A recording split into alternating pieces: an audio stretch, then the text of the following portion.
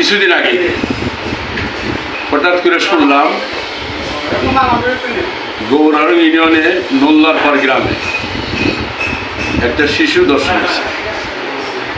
আমি শোনার পরেই আমি ওর বাড়িতে গেলাম, গিয়ে দেখলাম, তদন্ত করে দেখলাম, তার মা বাবারে জিজ্ঞাসা করলাম, মেয়েটার আমি দেখলাম ঘটনা সত্য।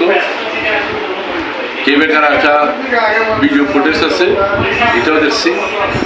দেখার পরে শুনতে পারছি আমি গত 4 মাস হয়ে গেছে আমাদের গৌরারং ইউনিয়নের বর্তমান চেয়ারম্যান সাহেব তাইলে কিছু লোকজন এটা বিচার সালিশ করাইয়া এফিডেভিটের মাধ্যমে এই শিশু বাচ্চার বিয়া দেওয়ার চেষ্টা করছে।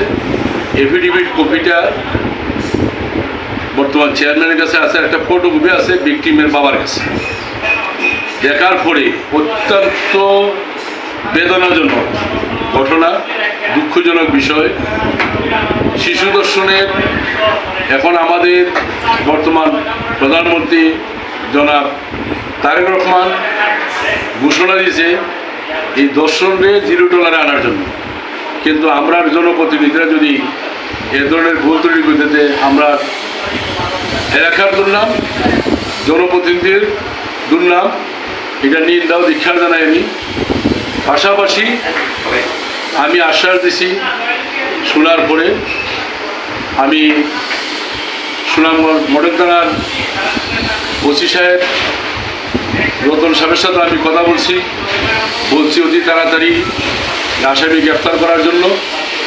শিশু দর্শন কেউ মেনে নেবেও না, এটা নিয়ে আসলে কিন্তু এখন বিভিন্ন পেপার পত্রিকার সাংবাদিক মহল তৎপর হয়েছে, বিভিন্ন জায়গায় মানববন্ধন শুরু হবে।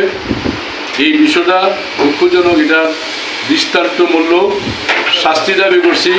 পাশাপাশি যারা এফিডেভিট করছে, বিচার সালিশ করছে, এফিডেভিটের মাধ্যমে যারা সাইন আছে, দস্তখত আছে, তাদেরও আইনের আওতার জন্য আইনের আওতায় আনার জন্য আমি জোর দাবি করছি। এটা সঠিক বিচার আপনারা সাংবাদিক ভাইয়ের আছেন, সঠিক এরা তুলে ধরেন, বিভিন্ন সহযোগিতা করেন, আমাদের সমাজের শৃঙ্খলাটা ফিরে আসুক, আমরা শান্তি থাকতে সোনার বাংলাদেশ, আমরা সবার সহযোগিতায় সোনার বাংলাদেশ গর্ব, আমরা এই আশা প্রত্যাশা ব্যক্ত করি।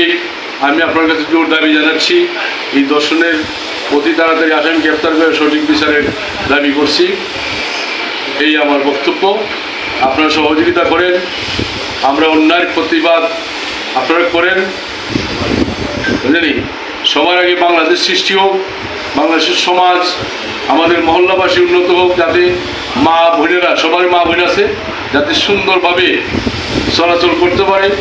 আমাদের চেষ্টা, আমরা যে যেখান থেকে যতটুকু পারি সহযোগিতা করে এগুলোর মাদক, দর্শন, অন্যায়, অত্যাচারের বিচার আমরা শক্তভাবে করতাম।